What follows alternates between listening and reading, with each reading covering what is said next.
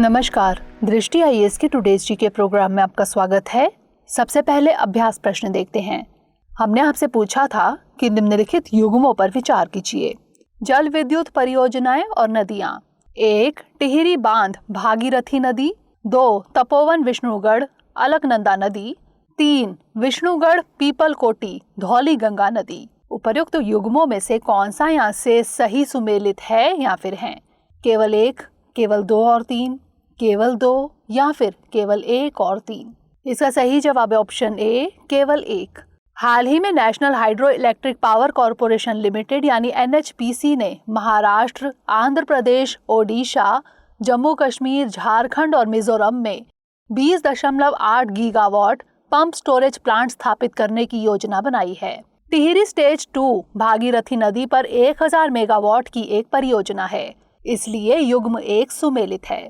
तपोवन विष्णुगढ़ धौली गंगा नदी पर 520 मेगावाट की परियोजना है, इसलिए युग्म 2 सुमेलित नहीं है। विष्णुगढ़ पीपलकोटी अलकनंदा नदी पर 444 मेगावाट की परियोजना है, इसलिए युग्म 3 सुमेलित नहीं है। तो इस तरह इस प्रश्न का सही जवाब है ऑप्शन ए, केवल 1। आप में से अधिकतर स्टूडेंट्स ने इसका जवाब कमेंट सेक्शन में सही भेजा था। जवाब भेजने के लिए शुक्रिया। आज के सेशन का पहला प्रश्न है, अल्जाइमर रोग के संदर्भ में निम्नलिखित कथनों पर विचार कीजिए। 1. यह एक मनोवैज्ञानिक विकार है। 2. ट्रोजन पेप्टाइड्स इसके लिए निवारक उपायों में से एक है। उपरोक्त कथनों में से कौन सा यहाँ से सही है या फिर हैं? केवल 1, केवल 2, दोनों 1 और 2 या फिर ना तो 1 और ना ही 2। इसका सही जवाब है ऑप्शन बी, केवल 2। अल्जाइमर रोग एक न्यूरोलॉजिकल विकार है, इसलिए कथन 1 सही नहीं है। यह मस्तिष्क की कोशिकाओं को खराब कर देता है, जिससे स्मृति हानि और अन्य संबंधित समस्याएं होती हैं। यह वृद्ध और वयस्कों में डिमेंशिया यानी मनोभ्रंश का सबसे आम कारण है। ट्रोजन पेप्टाइड्स अल्जाइमर के लिए निवारक उपायों में से एक है, इसलिए कथन 2 सही है। तो इस तरह इस प्रश्न का सही जवाब है ऑप्शन बी, केवल 2। अगला प्रश्न है, खाद्य और ग्रामोद्योग आयोग यानी KVIC किसके अधीन कार्य करता है? ग्रामीण विकास मंत्रालय, सूक्ष्म लघु और मध्यम उद्यम मंत्रालय, खाद्य प्रसंस्करण मंत्रालय या फिर महिला एवं बाल विकास मंत्रालय। इसका सही जवाब है ऑप्शन बी, सूक्ष्म लघु और मध्यम उद्यम मंत्रालय। हाल ही में खाद्य और ग्रामोद्योग आयोग यानी KVIC के पूर्व अध्यक्ष विनय कुमार सक्सेना को दिल्ली के नए उपराज्यपाल यानी LG के रूप में नियुक्त किया गया है। KVIC खाद्य और ग्रामोद्योग आयोग अधिनियम 1956 के तहत स्थापित एक वैधानिक निकाय है। यह सूक्ष्म लघु और मध्यम उद्यम मंत्रालय के अधीन कार्य करता है। 2017 से 18 में इसने हनी मिशन कार्यक्रम शुरू किया, इसलिए विकल्प बी सही है। तो इस तरह इस प्रश्न का सही जवाब है ऑप्शन बी, सूक्ष्म लघु और मध्यम उद्यम मंत्रालय। अगला प्रश्न है, भारत का भूकंपीय जोखिम मानचित्र कौन जारी करता है? भारतीय मानक ब्यूरो यानी BIS, राष्ट्रीय भूभौतिकीय अनुसंधान संस्थान, Indian society of earthquake science या फिर राष्ट्रीय आपदा प्रबंधन संस्थान। इसका सही जवाब है ऑप्शन ए, भारतीय मानक ब्यूरो। लगातार भारी बारिश के बाद मध्य असम के पहाड़ी जिले दीमा हसाओ में बाढ़ जैसे हालात पैदा हो गए हैं। असम सरकार और रेल मंत्रालय के आकलन में कहा गया है कि जिले को 1000 करोड़ रुपए से अधिक का नुकसान हुआ है, लेकिन पारिस्थितिकीविदों का कहना है कि यह क्षति अधिक भी हो सकती है। चट्टानों के 2 ब्लॉकों के बीच भूगर्भीय फ्रैक्चर के कारण जिला डॉकी फॉल्ट पर है, जिससे भूकंप का खतरा है। भारतीय मानक ब्यूरो यानी BIS भारत में भूकंपीय खतरे के नक्शे और कोड प्रकाशित करने वाली आधिकारिक एजेंसी है, इसलिए विकल्प ए सही है। तो इस तरह इस प्रश्न का सही जवाब है ऑप्शन ए, BIS यानी भारतीय मानक ब्यूरो। अगला प्रश्न है, निम्नलिखित में से कौन से देश राष्ट्रमंडल के सदस्य हैं? 1 सिंगापुर, 2 श्रीलंका, 3 मलेशिया। दिए गए कूट का प्रयोग कर सही उत्तर चुनिए। केवल 1 और 2, केवल 2 और 3, केवल 1 और 3 या फिर 1, 2 और 3। इसका सही जवाब है ऑप्शन डी, 1, 2 और 3। राष्ट्रमंडल दिवस परंपरागत रूप से प्रत्येक वर्ष मार्च के दूसरे सोमवार को मनाया जाता है। हालांकि भारत में हर साल 24 मई को राष्ट्रमंडल दिवस मनाया जाता है। अफ्रीका, एशिया, अमेरिका, यूरोप और प्रशांत क्षेत्र में 54 नव स्वतंत्र देश राष्ट्रमंडल बनाते हैं। एशिया के राष्ट्रमंडल देशों में शामिल है भारत, पाकिस्तान, बांग्लादेश, श्रीलंका, मालदीव, मलेशिया, सिंगापुर और ब्रुनेई दारुसलाम। इसलिए विकल्प डी सही है। तो इस तरह इस प्रश्न का सही जवाब है ऑप्शन डी 1, 2 और 3। अगला प्रश्न है, निम्नलिखित में से कौन अंतर्राज्यीय परिषद के अध्यक्ष होते हैं? केंद्रीय गृह मंत्री, राष्ट्रपति, प्रधानमंत्री या फिर भारत के मुख्य न्यायाधीश? इसका सही जवाब है ऑप्शन सी, प्रधानमंत्री। हाल ही में केंद्र सरकार ने अंतर्राज्यीय परिषद का पुनर्गठन किया है। अंतर्राज्यीय परिषद की स्थापना भारत के संविधान के अनुच्छेद 263 के तहत राष्ट्रपति के आदेश पर की गई थी।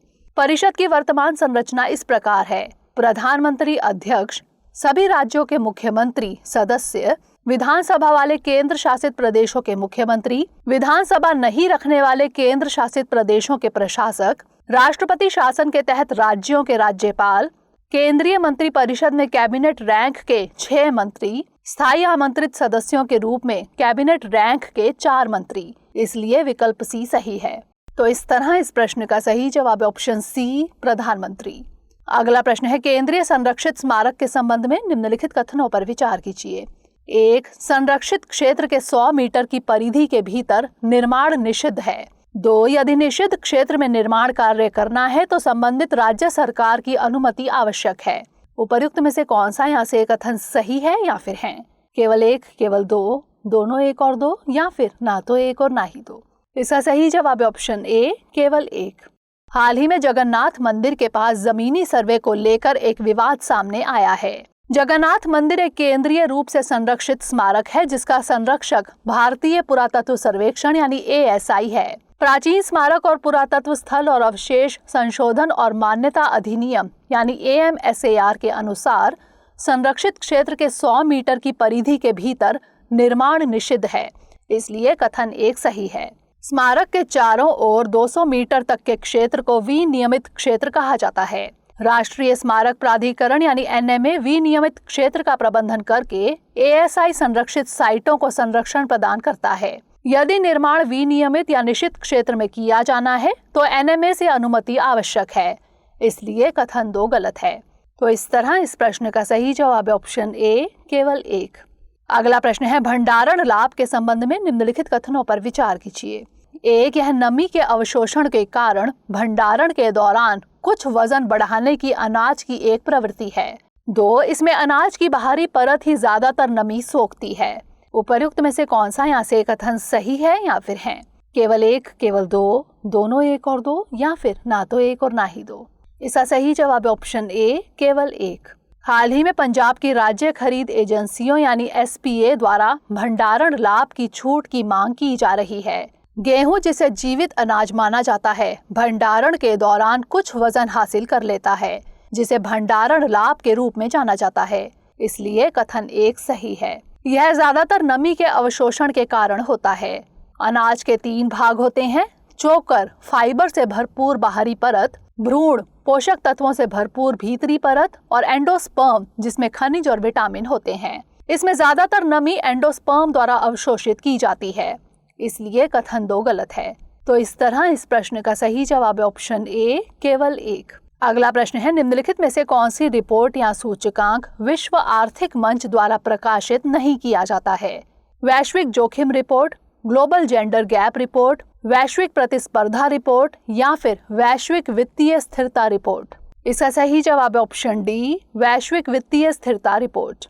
विश्व आर्थिक मंच यानी WEF की वार्षिक बैठक 2022 स्विट्जरलैंड के दावोस में हो रही है। इस वर्ष इसकी theme working together restoring trust है। विश्व आर्थिक मंच द्वारा प्रकाशित रिपोर्टें हैं विश्व जोखिम report, global gender gap report, वैश्विक प्रतिस्पर्धात्मकता रिपोर्ट आदि। वैश्विक वित्तीय स्थिरता रिपोर्ट अंतर्राष्ट्रीय मुद्रा कोष यानी IMF द्वारा प्रकाशित की जाती है। इसलिए विकल्प डी सही है। आपको बता दें कि वैश्विक प्रतिस्पर्धात्मकता सूचकांक विश्व बैंक द्वारा जारी किया जाता है। तो इस तरह इस प्रश्न का सही जवाब है ऑप्शन डी, वैश्विक वित्तीय स्थिरता रिपोर्ट। अगला प्रश्न है, निम्नलिखित में से जम्मू और कश्मीर में स्थित दर्रा या दर्रे हैं या फिर हैं? 1. जोजिला, 2. बनिहाल, 3. बारालाचाला, 4. खारदुंगला। दिए गए कूटों में से सही उत्तर चुनिए। केवल 1 और 2, केवल 2, केवल 2 और 3 या फिर 1, 2, 3 और 4? इसका सही जवाब है ऑप्शन बी, केवल 2। हाल ही में जम्मू कश्मीर के रामबन जिले के खूनी नाला में सुरंग ढहने के मामले में 3 स्वतंत्र प्रख्यात विशेषज्ञों की एक समिति का गठन किया है। रामबन बनिहाल खंड के डिगडोले और खूनी नाला के बीच के खंड में नाजुक भूवैज्ञानिक स्थिति के कारण बार बार भूस्खलन का खतरा रहता है। केंद्र शासित प्रदेश जम्मू कश्मीर में पीर पंजाल रेंज में बनिहाल दर्रा स्थित है, जबकि जोजिला, बारालाचाला और खारदुंगला दर्रे केंद्र शासित प्रदेश लद्दाख में स्थित हैं। इसलिए विकल्प बी सही है। तो इस तरह इस प्रश्न का सही जवाब है ऑप्शन बी, केवल 2। अंतिम प्रश्न है, आयुष्मान भारत डिजिटल मिशन यानी ABDM के संबंध में निम्नलिखित कथनों पर विचार कीजिए। 1, इसे सितंबर 2021 में लॉन्च किया गया था। 2, राष्ट्रीय स्वास्थ्य प्राधिकरण इस मिशन के लिए कार्यान्वयन एजेंसी है। उपर्युक्त में से कौन सा यहाँ से कथन सही है या फिर है? केवल 1, केवल 2, दोनों 1 और 2 या फिर ना तो 1 और ना ही 2? इसका सही जवाब है ऑप्शन सी, दोनों 1 और 2।